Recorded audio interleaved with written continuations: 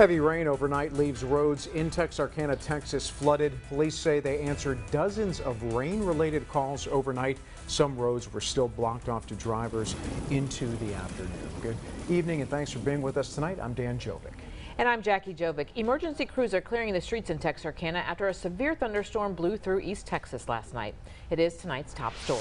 NBC 6's Sydney Simone joins us now live, sharing the latest on the road conditions. Sydney, good evening.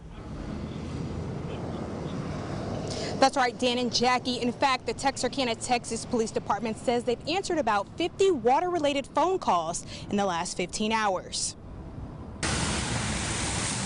Many streets in Texarkana are underwater following a thunderstorm. There's some places we normally see it and you kind of expect it, but I'd not ever seen flooding like we saw this morning at 7th and Robinson. This is just one of the several flooding areas. Homes, businesses, cars, and collapsed overpasses across East Texas are sitting in huge puddles. I think most of it's receded. Like I said, the problem seemed to be pretty well focused along creeks.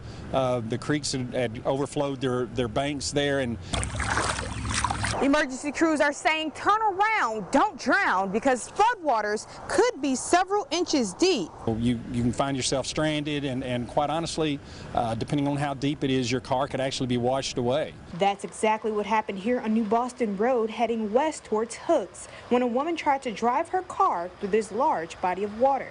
She was pulled out by a firefighter rescue team. Always err on the side of caution, turn around and find another way to get wherever you're going to.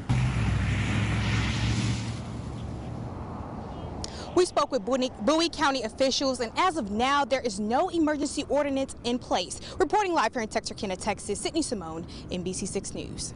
All right, unbelievable video there. Thank you so much for that good information, Sydney.